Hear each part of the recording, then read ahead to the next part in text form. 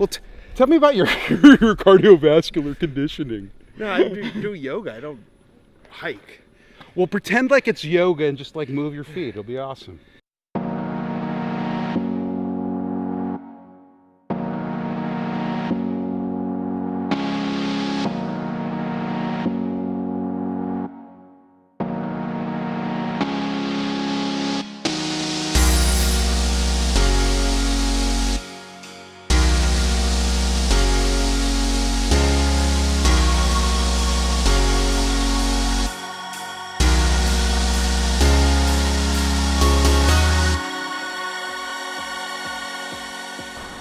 Okay, we are in for a very special time right now.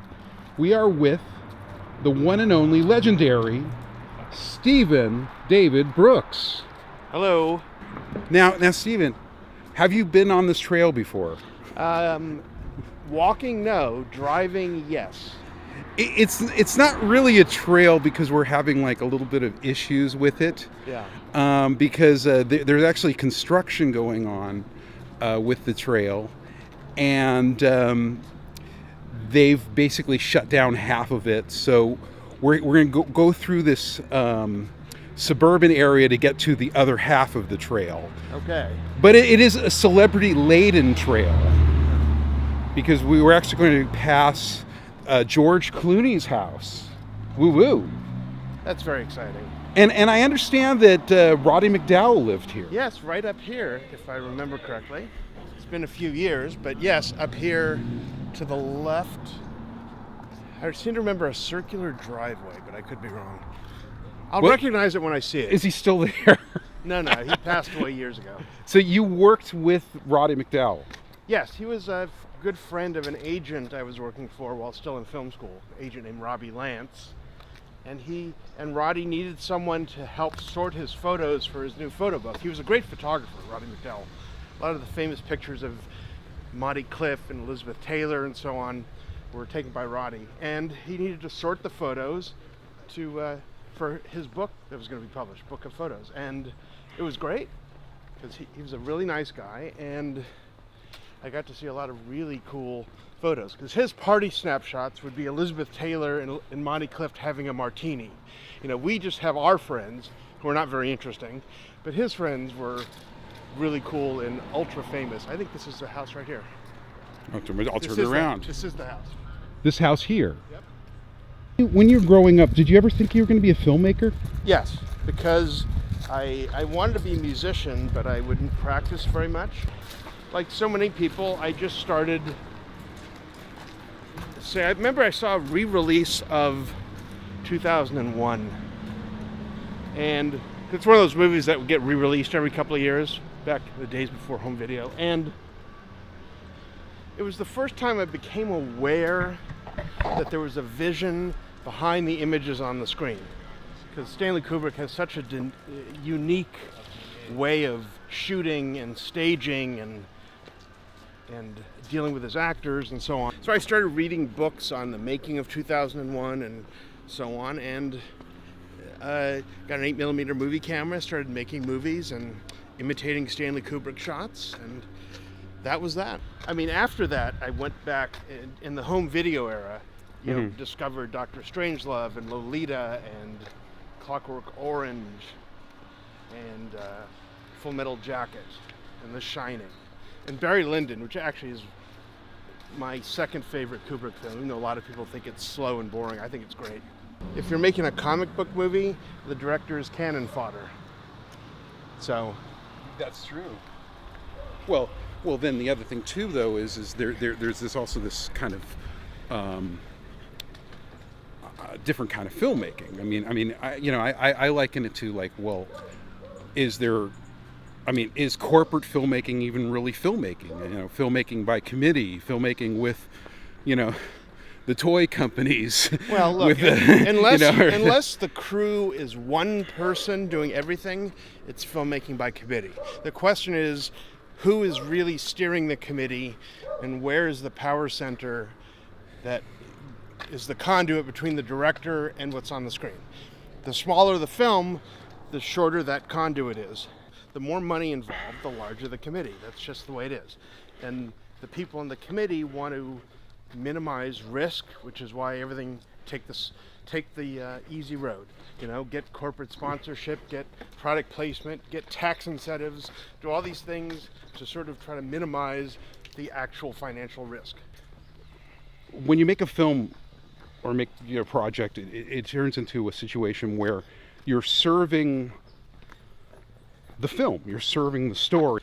But then when you get corporate interests involved, you're no longer serving the film. No, of course you're not. serving the corporation. Correct. So you're basically there's sort of a disconnect between the art and then and what the art should have been and what the art is turning into when Yes, you're selling Subway sandwiches. Right. Or But if you're spending $150 million on a movie and another $200 million on marketing, and you have to gross $750 million worldwide to break even, Space Lord's got to eat a double-double. Right. So how did you get into the film industry?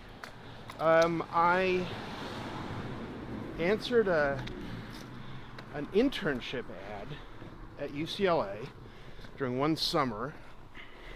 Where a literary agent was looking for an assistant. Mm-hmm. And I ended up as an intern for a bit, and eventually got a full-time job, or a part-time job, then a full-time job, working for the Lance office, which was old literary and talent agency run by Robbie Lance, old school agent, learned from Paul Kohner. And that was my start. There are certain things that working for the agency helped you with your filmmaking career now, per se. It actually did, because I got to witness clients who had scripts options or sold, and they kept doing rewrites, so I got to experience, how drafts... We're going to stop for a second because of the blowers, but keep going. How keep drafts change and what notes look like, because the agents would always give notes to the clients on scripts. And sort of learned about how agencies. Are we still going up more? Yo, come on, man! We're almost there. We got to get to Clooney's house. This isn't even the trail. Cocktails with Clooney. No. We're this is the preamble to the trail. Okay. And I remember how they. This is all like asphalt. This is street. I remember how it's also where they sort of taught me not to use my instincts. Okay. I'll give you a great example. I mean, I knew nothing about the movie business, right? I was given a 3/4 inch tape of a Paul Morrissey movie called 40 Deuce, about male street hustlers on 42nd Street. Paul Morrissey made movies for Andy Warhol, so his movies Frankenstein right. And they said Dracula. They said, we want you to look at this actor, Mark Caloon. We're thinking of signing him. So I'm watching the movie, and the three leads were Mark Caloon, Esai Morales, and Kevin Bacon. And I said to the agents, I said, you know what? Esai Morales is good. Mark Caloon's not very good. This Kevin Bacon guy is great.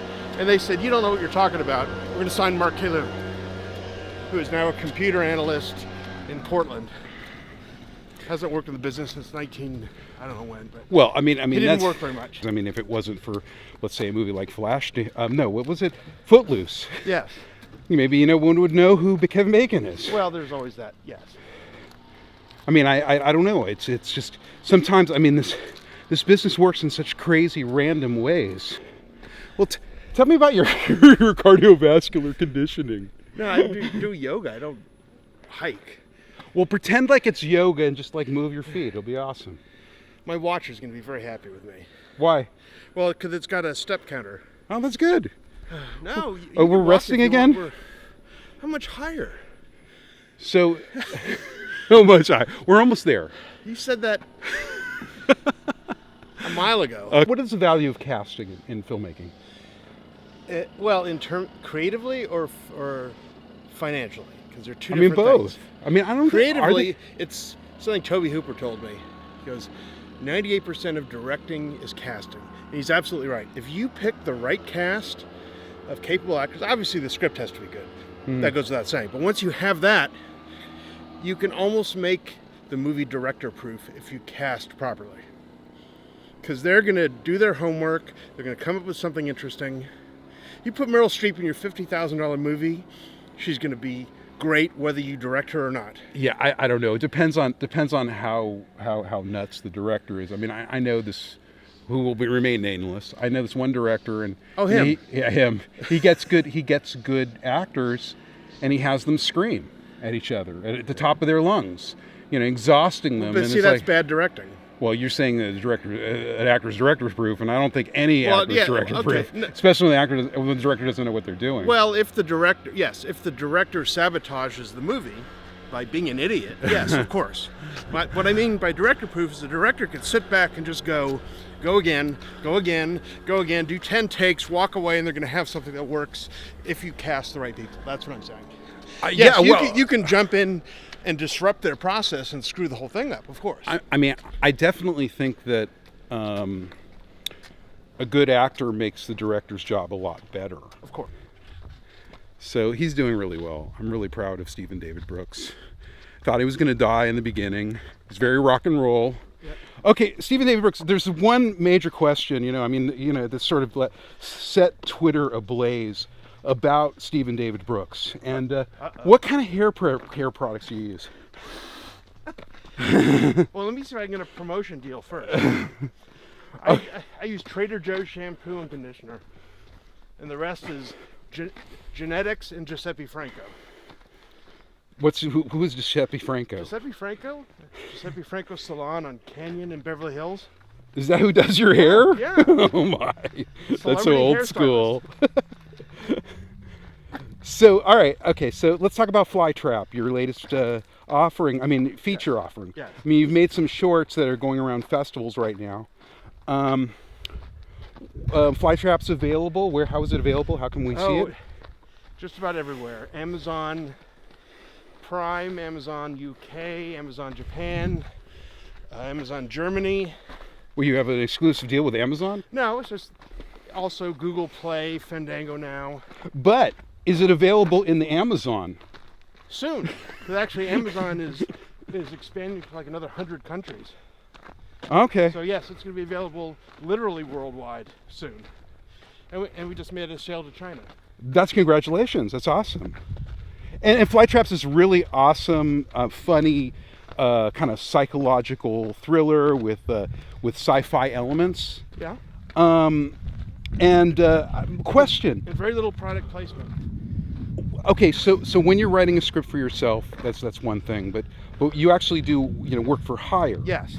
And what are your experiences doing work for hire? I mean, are you able to bring your ego to check it at the door when someone gives you maybe notes you don't believe in, or how does that work? That's just the art of becoming a professional screenwriter, is learning how to handle notes, often contradictory notes from a committee like we talked about before. And that's screenwriting is a job. So part of the job is when you're being hired to write someone else's idea or adapt a book, is you have to be true to that idea or the original material. Have another break. I could walk and I could talk, but not both. Well, there we are. Here we are. I mean, it's a tremendous learning experience, because my first professional writing job was adapting a Stephen King short story called The Mangler, and Stephen King had script approval. Mm-hmm. So I couldn't tell him his notes were bad. Mm-hmm. Well, I understand that. And they weren't. I mean, he knows what he's doing. But the illusion and the common wisdom, mostly from people who read about screenwriting but aren't professional screenwriters, is that notes come from stupid people and they're stupid notes. And that's actually not the case.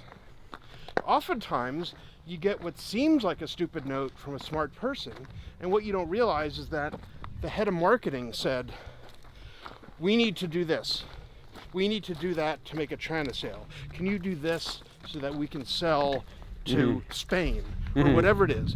And the note is about creating a moment in the movie that the marketing people can then sell. If it's my original screenplay Mm-hmm. and then I'm getting notes, Okay. I'm a little bit more guarded about it. That's it's right. a different thing. If someone says to me, we want to write a movie about this, you know, and it's a total work for hire, then they get what they want.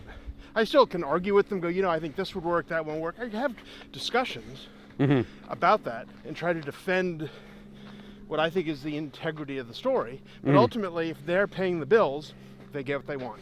Or they will find someone else who will give them what they want. I never consciously try to say anything. I never have a message. I mean, there's a point, like my first feature, Heads and Tails, the point of it was what's worse, what people say or what they do. Sort of an underlying theme, right? So a movie will have a theme, but it won't necessarily be what the audience gets. I always leave it open enough so that audiences can interpret it. I mean, a great example is Flytrap. After a premiere screening in Paris, half the people who came up to me thought whatever they saw really happened to the character, and the other half thought it was all in his head, and that he was hallucinating. And they said, which is it? And I said, it's whatever you want it to be. And the answer is actually in the film, but I never tell anybody where that is. They have to watch it to try to figure that out.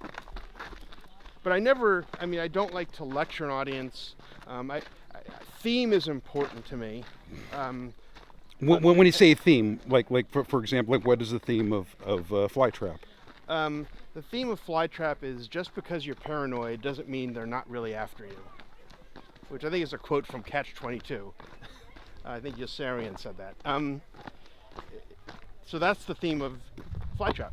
It's about paranoia, but sometimes paranoia is, you're not imagining that they're after you, they're really after you. Well, okay, Stephen David Brooks, it looks like we're descending. I'd like to thank you for taking a hike with me. Yes, thank you. We survived. So far. And I mean, we'll get down there. We'll get down the hill. Yes, we'll make it. And so look forward to seeing more of this, me hiking with fascinating people. And I'd like to thank Stephen David Brooks. Definitely download Flytrap. It's on Amazon platforms. iTunes, Google Play, Fandango Now, yada yada. iTunes, Google Play, Fandango Now. And thanks for watching.